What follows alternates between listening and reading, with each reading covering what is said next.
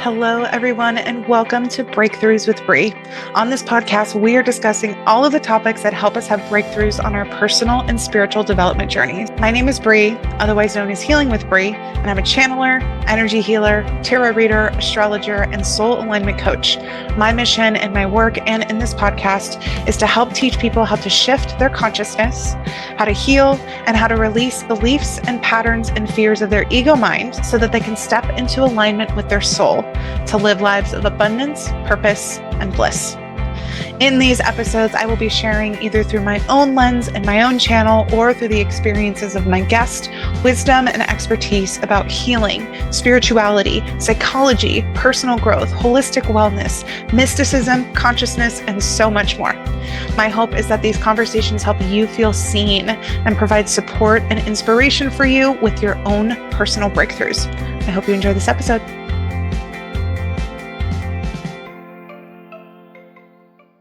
Hello, everyone, and welcome back to Breakthroughs with Bree. Today, we are going to be talking about how to find your joy. This is something that I had to really struggle through myself for a minute in my healing journey, and that I find a lot of clients, both for like single channeling sessions and coaching clients, usually come to a point where they kind of struggle with, where they maybe have been feeling anxious or depressed or something like that, and they're trying to find their way back to feeling good and happy and healthy and all those kinds of things. And you hear things like inner child healing and et cetera, and like do things because you like them or because you enjoy them. And like a certain group of people, me, got to a place that's like, what does that even mean to find your joy? Like, what do you mean do something joyful? Like what do you mean do something your inner child would like? Like the concept of that felt so foreign that it made it hard to like learn how to implement that in my life to like be more joyful. And that's kind of crazy to say.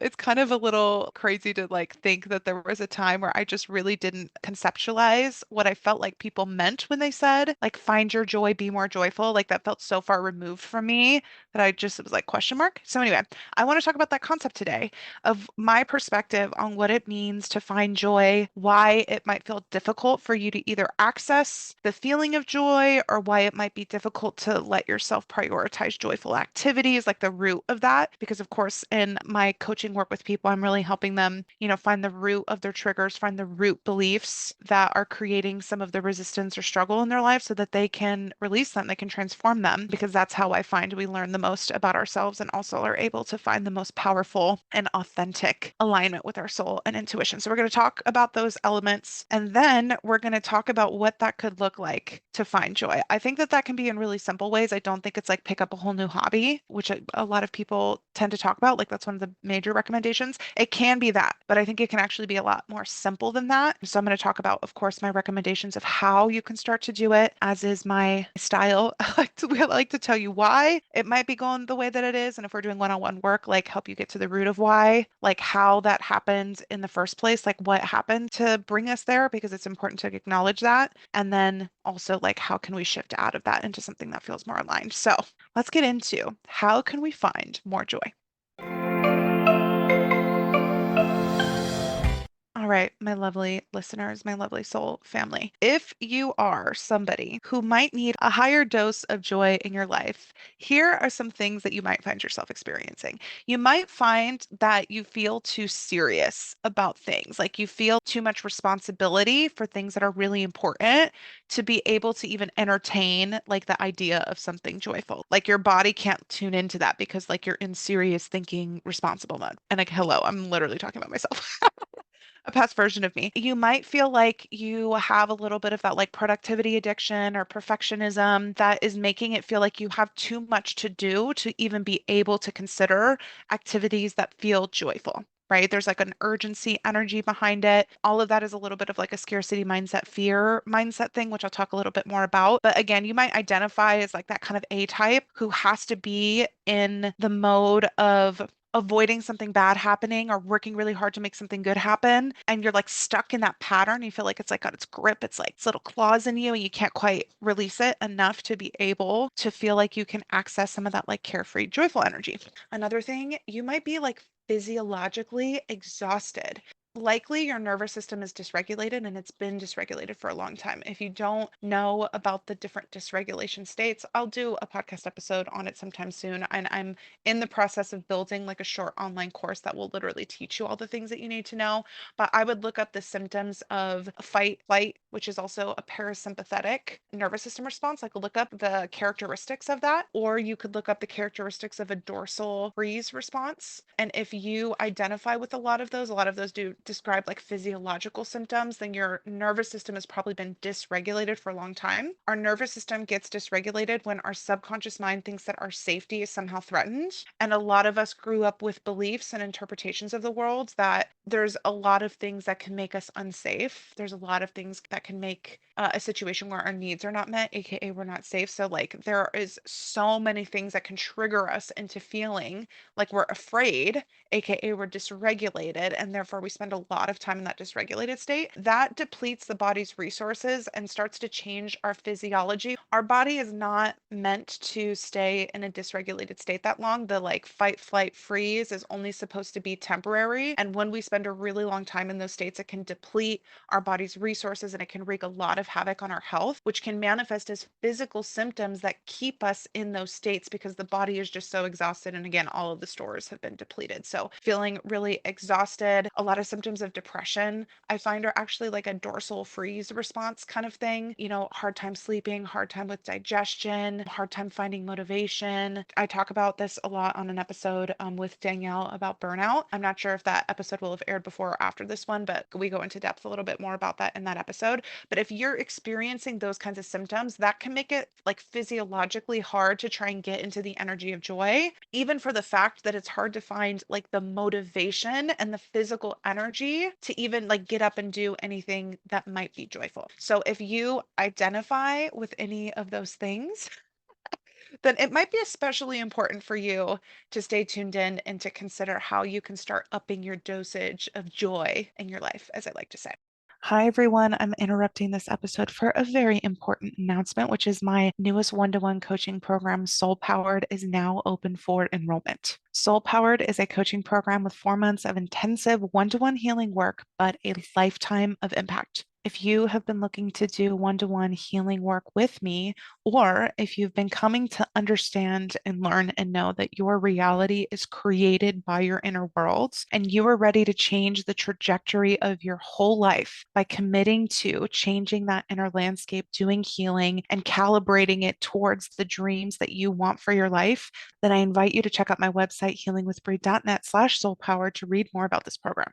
In this work together, you will have the opportunity to do a deep dive into your feelings, your beliefs, any past experiences that feel like they're still affecting you negatively in some sort of way. We'll also be working together to identify any limiting beliefs that are creating resistance to your dream life. I'll be showing and teaching you how to be able to get to the root of what your fears and triggers are revealing to you about where you have limiting beliefs, about what you're capable of, what's possible for you, what's safe for you, etc., and how to shift those beliefs to be in line with your true essence, your source energy, and the truth of you so that you can be open and receptive and magnetic to the dream life that is literally waiting to materialize for you.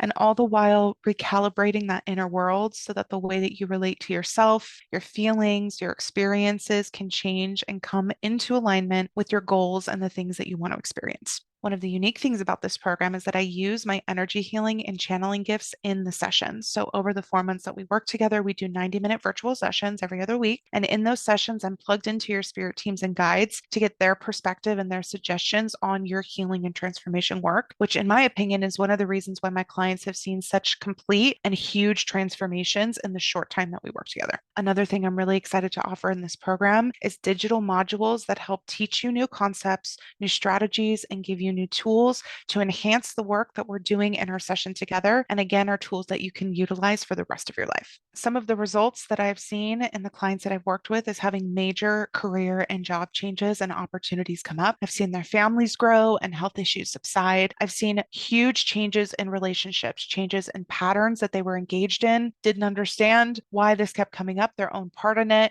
We're able to see that and resolve it. We're able to completely transform relationships for the positive, and we're able to manifest new, authentic relationships. Their ability to understand their fears and their triggers and their blocks more deeply and be able to shift and move through them is going to change their life forever. If these are that kinds of outcomes that would be really meaningful to you, if you've aligned with the kind of work that I do and you're interested in learning more about the program, please check out my website, which has much more details and many more testimonials about what this program can offer you. Those who enroll in the program before June 1st will have about a $500 discount on the enrollment price. So I highly encourage you to go check out my website now and let me know if you have any questions. Back to the episode. Now, let's talk about the root of why so many of us struggle doing something as wonderful and, in theory, so simple as being more joyful. Like, why does something that should be really good for us feel really hard to access? Okay, here are some of the most common causes, I say in parentheses, for why this energy can feel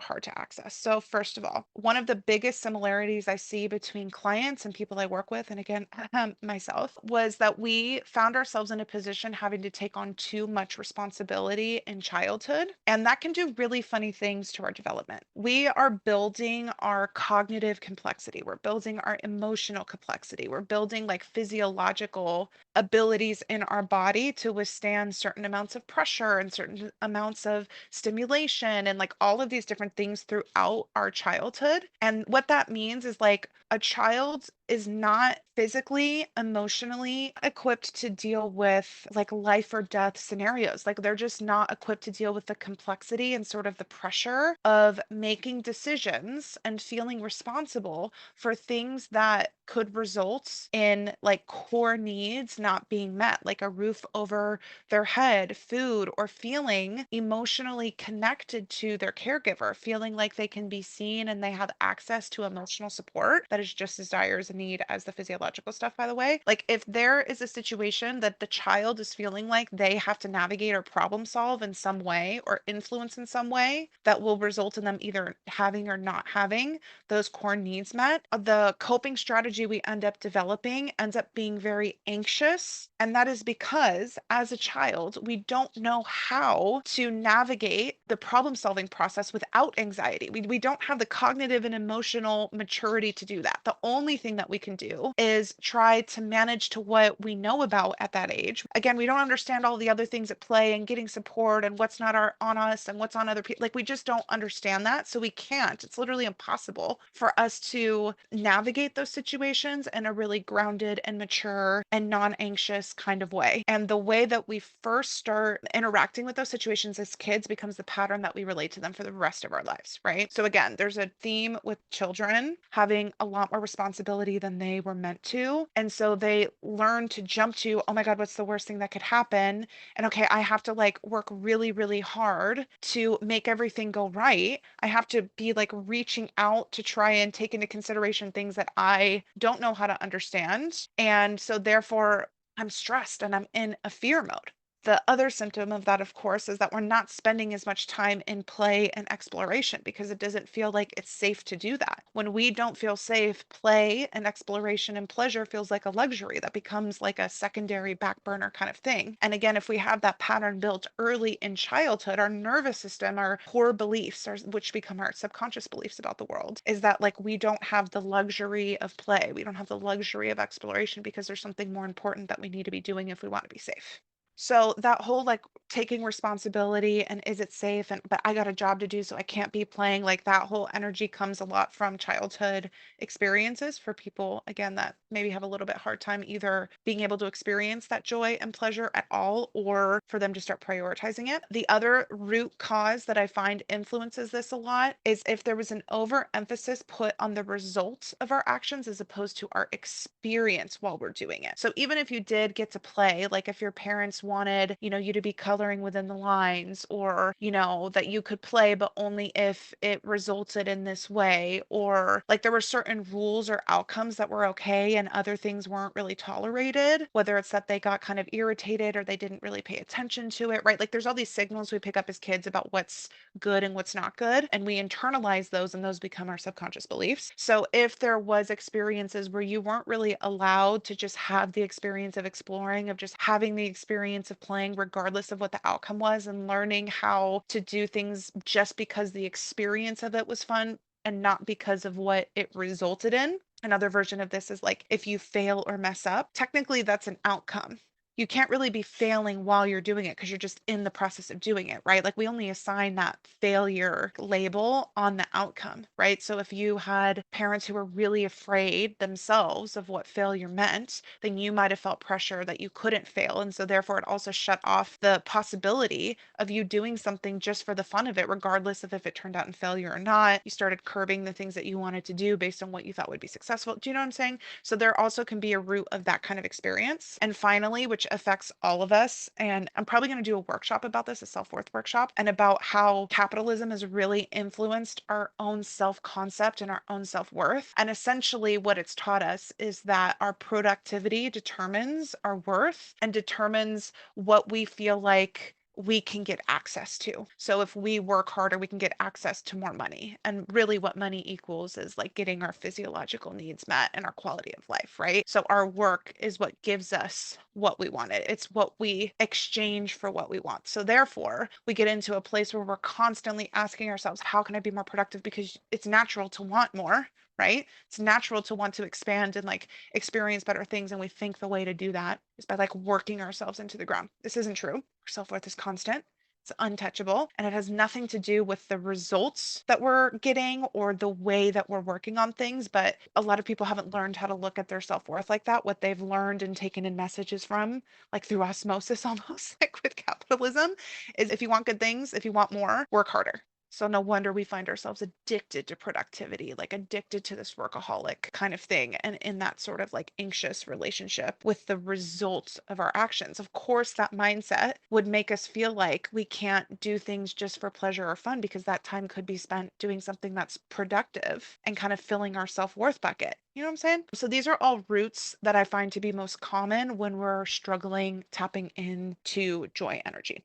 And I think if there's one thing that you can take from this as you're reflecting what your own sort of like root causes are, is that pleasure and joy can feel like a luxury when safety is in question. And to me, I define safety not only as physical and emotional safety, but also the possibility of us getting our core needs met, both physiologically and emotional needs met. So if we don't feel like we're going to get our need for connection met, if we don't perform a certain way in a relationship or friendship, then we're making our self-worth contingent on our performance, aka we're not going to get what we need if we don't perform, aka we won't be safe if we don't perform, right? And that's because we don't think that we're worthy of getting what we need just for who we are, not for what we do. Do you understand the connection there? So again, I would start to observe how you might be connecting your effort and your productivity to your concept of safety, how you might be able to start shifting those beliefs. That's a big part of the work that I do with people in coaching. So I would definitely check out my website, healingwithbrie.net, to see what's available for one-on-one coaching or even group coaching. Because that's a big thing I literally walk people step by step through. So not only can they change the beliefs, but they have the process to learn how to change any other ones that they find moving forward. But then it's also, how can I tap into a state of safety? How can I not make every single thing I do life and death so that I can inject more pleasure and joy into my life? Because those things do have value and purpose. There's a really important function that pleasure and joy and exploration has in our experience. And how can I start to understand its value so that I can get up higher on the priority list of the things that I'm spending my energy on? Does that make sense? Again, there's like so much more I could say about all of this. In my mind, I'm really wanting to create some sort of like online course where you can go through and learn about nervous system dysregulation and the different states, how you can start to regulate your nervous system, how you can bring yourself into a state of safety so that you're not operating from that fear place and you have a little bit more capacity to like use your energy for other things and your patterns don't feel like they have such like a vice grip on you. So if that's something that you're interested in, send me a DM, because depending on if you guys are like, yes, please teach me how, I want to be able to learn, I might expedite that a little bit. And I'm also planning on doing a self-worth workshop, because you learning what you're hinging your self-worth on and how to flip those beliefs so that you're not constantly feeling like you have to do something in order to feel worthy is going to give you the tools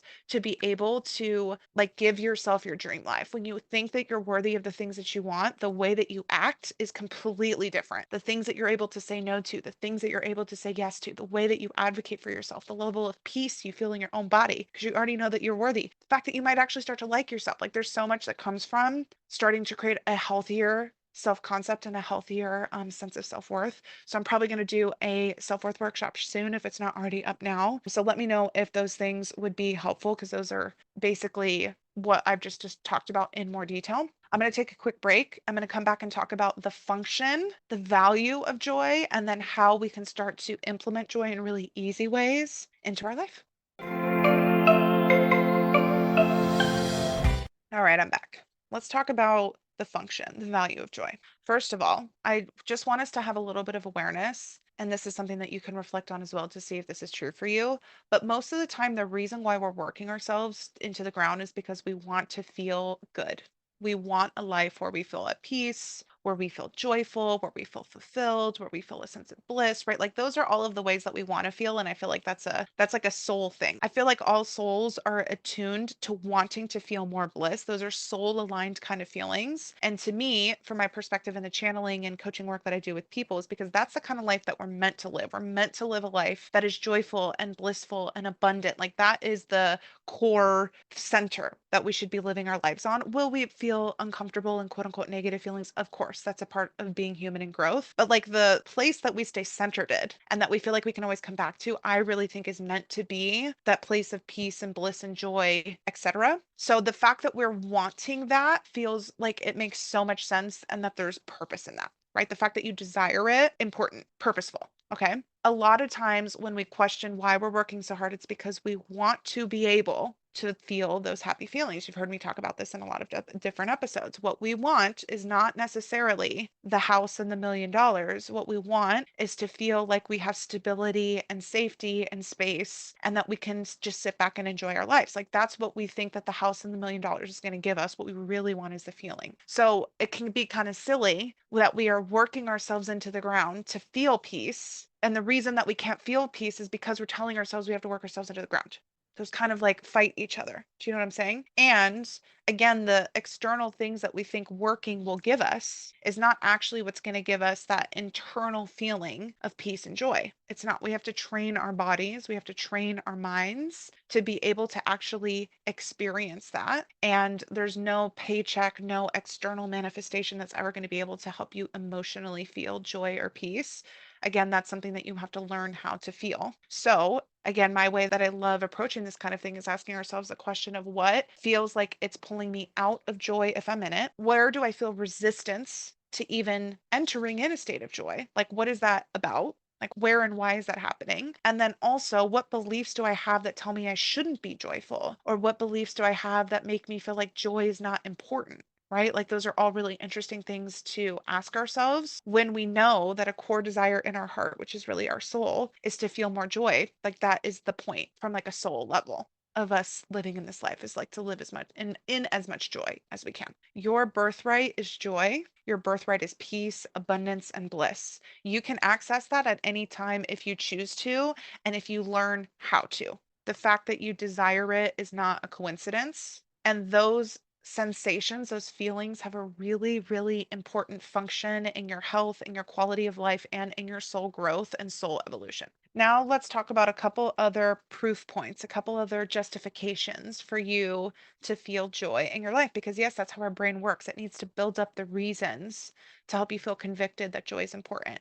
One, joy, the energy of joy, like literally in your body, is one of the biggest accelerators of all of the processes that you listening are interested in. You doing healing work, like healing old traumas, coming back into alignment, joy energy, pleasure energy will accelerate all of the healing you're trying to do times like 100. Also, if you're trying to maximize feelings of feeling rest or like restoration and healing of your physical body, you doing rest in an energy and a state of joy will also help you maximize the time that you're spending, that you're dedicating to rest to get more out of it. Like you will literally have greater levels of healing and restoration energetically and physically while doing it in a state of pleasure or joy.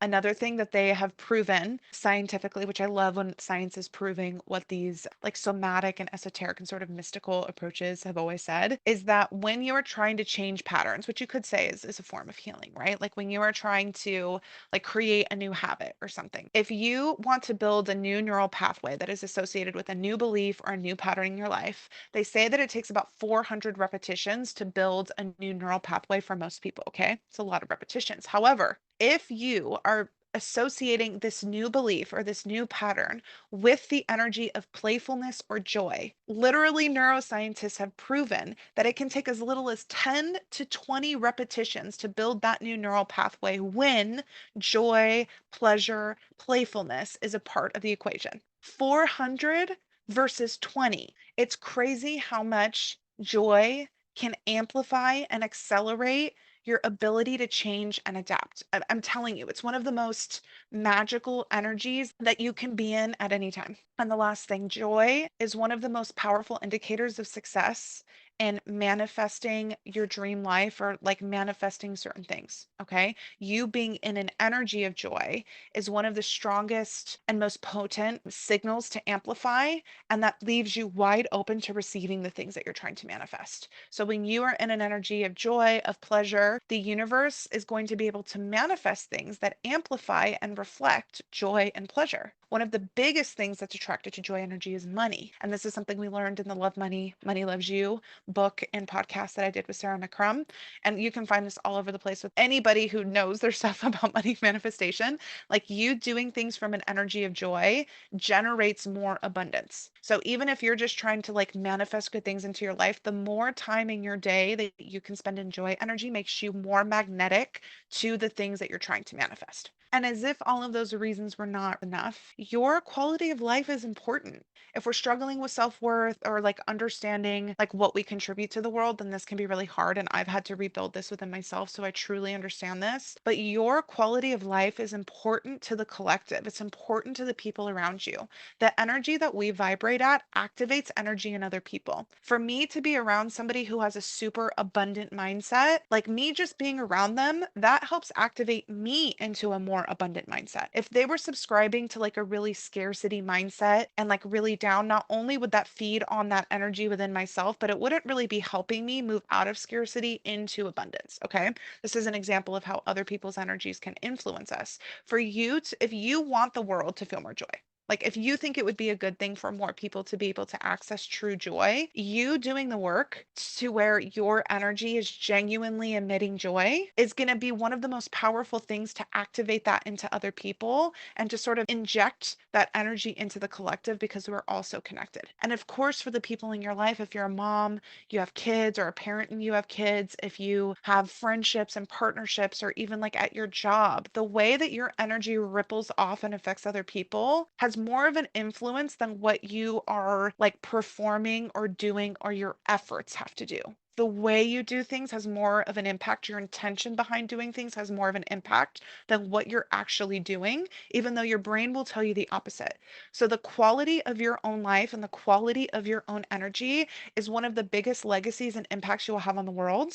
Another huge reason why you investing time and intention and energy so that you can be in a state of joy and pleasure, that is of service to other people. That is of way more service to other people than you martyring yourself by quote unquote doing things for other people, but actually being depleted and miserable and stressed out. That does not help people more than you being in joy and you being in pleasure, than you being in a state of peace and safety. It's really important to understand that. And then let's just come back to this quality of life thing really quick. All of you who are parents, and even if you're not a parent, you have like a niece or nephew, or I'm sure that you can still understand this concept, okay? Like when you really care about somebody, you care about their quality of life. Like it's not just about like what they're able to accomplish. Like it's about how do you feel? Like when you wake up, do you feel happy throughout your day? Do you feel joy? Do you feel purpose? Do you feel bliss? When you go to sleep at night, like do you feel really warm and fuzzy and good about yourself? Like that's the kind of thing that you think about when you really care about and love somebody, is like you care about how they feel, you want them to feel good, right? If you had the ability to help influence how that person spent their time, in their day, how they spent their energy, that influenced how they got to feel emotionally. I just want you to ask yourself, if it was for your kids or people you love a lot, would you choose to influence them so that they could feel more joy and pleasure in their day, contentment, peace? Would those be things that you would prioritize for them because you love them, because you care about their quality of life? The answer is probably yes. Of course you would. You want them to feel as much good things as they possibly could feel. So if you could help, I don't know, influence their schedule or something, so where they could prioritize time that was simply something that helped fill their joy bucket, that helped fill their peace bucket, right? Like if you could do that, you would do that for somebody that you love and care about, right? So if the answer is yes, why would we not do that for ourselves? Do we care enough about our own experience to do that for ourselves? It's a crazy thing to ask. And again, this is something I really had to work through. I had this thing where, just being totally honest, when I would look at people who would do activities that was just for their own pleasure or joy, like maybe go get a massage or go get a facial or like make time to do like fun little hobbies or something, right? Not only was it an investment of time in their schedule, it was an investment of their energy and usually an investment of their money too, like a combination of all those things. And I kind of had a judgy part of me that was like, that's kind of self-indulgent that like you would do that. Like that's great that you can do that, but like that kind of doesn't have like a purpose, I guess. Like I guess it makes you feel good, but like you do it a lot. Like there was kind of like a judgy part of me in there. And I had a really big shift in my belief about this. And this what it was. I realized that the function that those activities were serving in that person's quality of life and really their own energy, like those activities had a really important purpose in them feeling really grounded and them feeling really open. And then the things that they were able to go on and do for other people, the quality of parent they were able to be, the kind of service they were able to do in their work, the kind of health that they were able to have. And of course, when your body is healthier, how you can show up for other people is better, right? I started to see that there was a function of value in doing things just for joy and pleasure that I didn't understand before. And then something clicked for me. I was like, people who prioritize, you could call it self care, enjoyment, pleasure, whatever you want, people who prioritize that care a lot about their experience. They care a lot about themselves. Just like in this example I said of like, imagine if it's another person, it's your kid or whatever, it would be from a place of really caring about them and about their experience that you would help prioritize things that made them feel happy. I realized that people who are prioritizing things in their schedule that make them feel good, they do it because they care about their own experience. Like they care about if they feel happy. They care about if they feel pleasure in their life. Like they care about if they feel bliss. They care about their own feelings and their own experience just as much as they care about other people. Them acting and investing time, energy, resources just into their own joy is literally an act of love and an act of care towards themselves because they believe that they deserve to feel good too. And they understand that them feeling good is actually really good for everybody else. Huge mindset shift on that for me. And I was like, oh crap, like, do I care about how I feel? Do I actually care about Bree's experience in the world more than just what she can offer people and what she can do for people? And maybe her using the crumbs of what's left after she's already used it for everybody else. Like, no, like, do I care about how I move and experience in the world? And like at the time I was learning all that lessons, I was like, yeah, I do. Like, I want to feel good. I deserve to feel good. And I believe that I can do that without harming other people. And I actually was learning to believe and like learning firsthand that when I prioritize feeling good, I actually can do a lot better for other people. I had to learn how to deprogram those beliefs that told me that I had to put what I was doing for other people first or else I was like a bad person. I had to reprogram those beliefs that told me that if I managed my energy and my schedule in such a way to where I got a very prominent piece of the pie, that that wasn't selfish and that that wasn't harming other people or that wasn't me being a bad person. And in fact, that me doing that was me being really self responsible and me giving a lot of gravity and weight to how my own quality of life impacts other people. And that that's actually one of the most impactful things I can do in service of other people. So, anyway, big shift on that for me.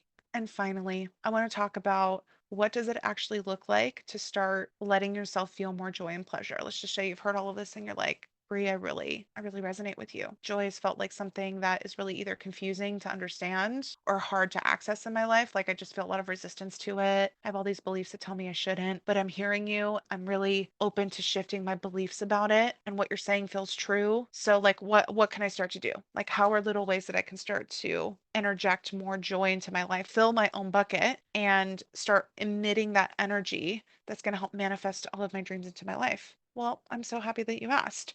I like to think of joy as being synonymous with pleasure. Okay. Because just thinking about like joy, like be more joyful, I feel like sometimes the image that I see in my mind is somebody who's like happy and laughing and skipping. And it's like, how do I authentically get there? Like, do I need to go in a field and like start skipping around and like laugh or something like that can feel like hard to access.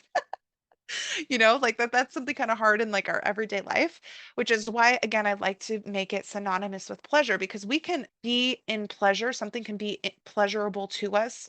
We can enjoy almost any task, right? That feels like a more accessible energy than just simply joyful. So that was one shift that started to make it feel a little bit more accessible. Some other words that invoke this feeling that I'm talking about that might make it make more sense is times where things are just silly, like being in a silly energy. Or again, the word exploration. I talked about that a little bit more when we were talking about the inner child stuff, like things that are just for the sake of exploring or trying new things. And really, the point of that is that there's not like an expectation, and it's not for the sake of being productive in terms of the results of something. When it can be just about the experience and the experience being as good as possible, that is you seeking out joy. That is you seeking out pleasure. That's you seeking out enjoyment. Okay. And that is really the goal of this type of work, because that's really, again, an act of self love, an act of self worth. And when you believe that your experience is important and you feeling good is important, then the universe is going to start acting in accordance with that. And it's going to start giving things that are just for the sake of it feeling good to you and it being good for you.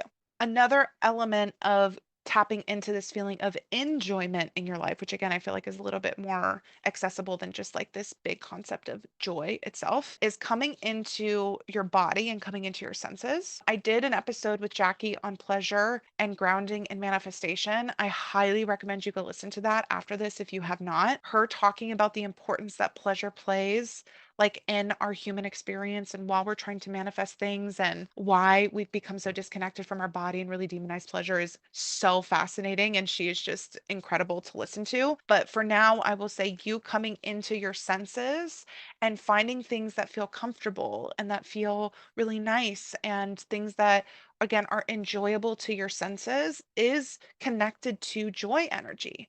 So again, like if you putting on something that feels comfortable to your skin, or you putting like on a candle or an incense or something that smells nice to you, or you fixing up your place so aesthetically it's visually very pleasing to you, or putting together a meal that tastes good and feels good as you're digesting it, right? Like these are all things where you're tapping in to your own sense of enjoyment. Sometimes I'll ask myself the question, like, how can I make this feel as good for me as possible? And it can just be like little adjustments. Like, for example, I'm sitting on a chair right now. I was on my period this last week. So, like, it can feel a little tender and like a little bit of cramp. So, like, literally, one of the things that I did is I folded up like a big fluffy blanket and I put it on my chair so it just felt a little softer and a little bit more supportive. Like, that is something where I'm injecting more enjoyment into my day. I'm like honoring what's going to feel good to me because I think that my experience is important, right? And it can be something just as small as that. Another thing, and again, this comes back to us feeling like a lot of pressure to have a lot of responsibilities, is for the list of things that are actually non-negotiable. Like we got to do our laundry, or we got to make dinner for the kids, or, we got to drive to the grocery store, or like we've got to sweep. We got to take the dog to the vet, like some things that are kind of non negotiable, for us to ask ourselves the question, how can I make that as enjoyable as possible? Right? Like if it's something that is kind of a little bit immovable in what I do, how can I do it in a way that is more fun, that's more silly, even if it takes more time, especially if it takes more time? Like it is worth it to take more time and make it something that's fun so that my experience today is more positive. Like that's kind of the whole point anyway. I want to have positive experiences, right? I want to seek those out for myself. How can I make these normal responsibilities something that is more enjoyable, more pleasurable, more silly? Like, how can I make those that for me? Is this really simple way to start injecting more joy and more pleasure into your life. Here are some other things that were a little bit easier and that I didn't always connect with joy and connect with some of that like inner child healing that they talk about like coming back into a life that you are allowed to do things just because they're silly, just because they're fun. Reading and reading for pleasure and not just for function. Like I am a big fantasy romance girly. Like I love it. I have so much fun with it, right? So me reading, like even listening to like an audiobook just because I enjoy it, there's no other like real function to it. It's just because I like it, right?